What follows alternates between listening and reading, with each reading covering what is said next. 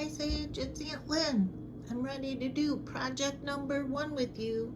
We're going to do the flower hair tie. But first, I have to tell you a couple important things about scissors. Okay, I'm sending you 2 pairs of scissors. One of them is pink and short.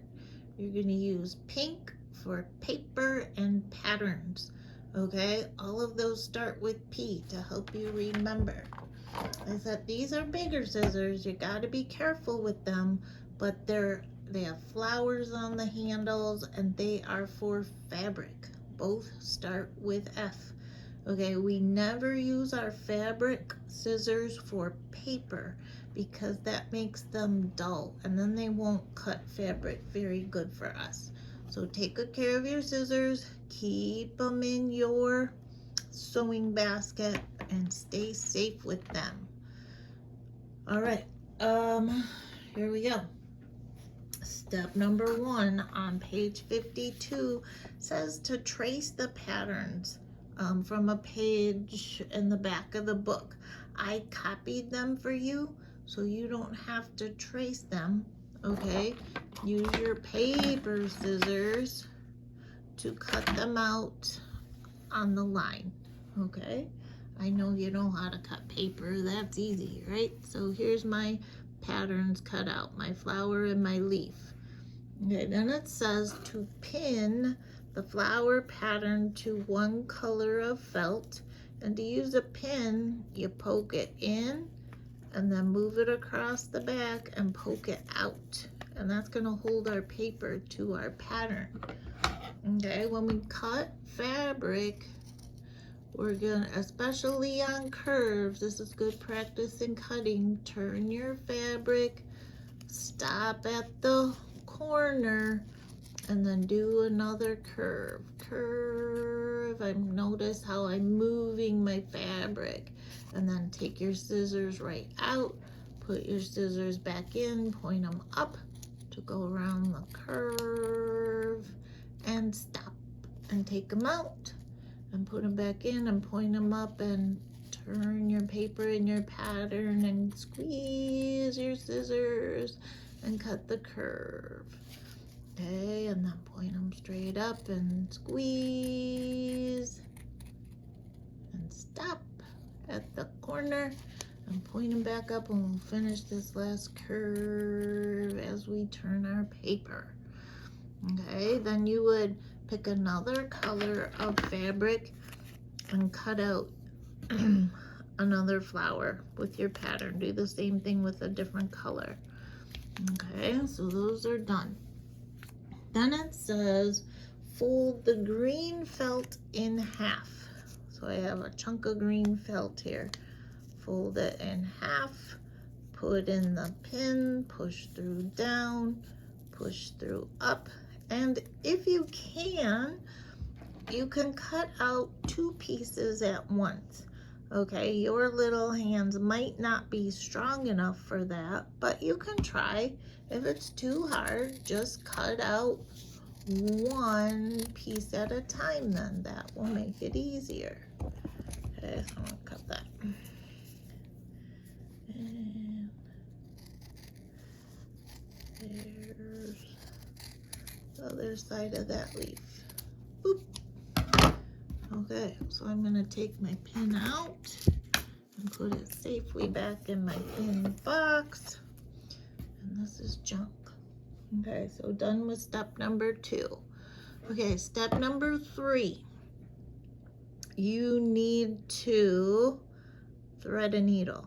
Okay, I'm gonna send this needle to you because it's got a big enough eye to put the floss through. Okay, and it's also small enough that we can fit the button through the holes. We can fit the needle through the buttonholes. So remember to tie a knot in the end, twist it around a finger, and push it off and pull to make your knot. Okay, so I have a knot there. All right. So then it says in step 3, we're gonna stack up our leaves and our flowers, and we're gonna go through to connect them all. I'm through one leaf. I'm through another leaf. Okay, then we're gonna take our flower and go through the middle. We're making a stack here. I kind of picked the orange and yellows because they look like sunflowers, and I know those are blooming in August. Do you see them? You have one in your yard. That's a very pretty color. I saw Mama's picture. Okay, so now we have all 4 things all stacked up. Okay, now we're going to put on the center of our flower our button. You've sewn buttons on before, so we're going to go through one hole, and then we're going to go through the other hole down, right, and pull it all the way through so you don't have any loops in your thread. Okay, let's do that 2 more times so we're sure our button doesn't fall off. Up through the hole, down through the hole, and one more. Up through the hole, and down through the hole. Okay, so that's step number 4. You can use a button with 4 holes as well. You just have to go through all 4 holes, one set at a time. Do one set 3 times and the other set 3 times. All right, so that's step 4 and step 5. Now we're gonna stitch on the hair tie on the back. Okay, so we're gonna take, it says 4 or 5 stitches around the hair tie. So we gotta go through the hair tie and then under the hair tie and back out. Pull your needle all the way through with your thread. Okay, 1, we'll do that 4 more times. 2,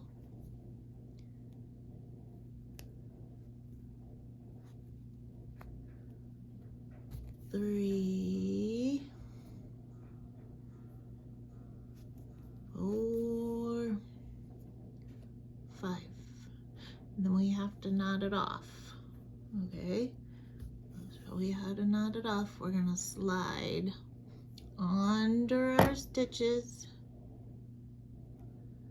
under our stitches, make a loop. Don't pull this one tight, and then put your needle through the loop, and that makes a knot. And you can do it 1 more time just for good measure so that doesn't fall apart when it's in your ponytail.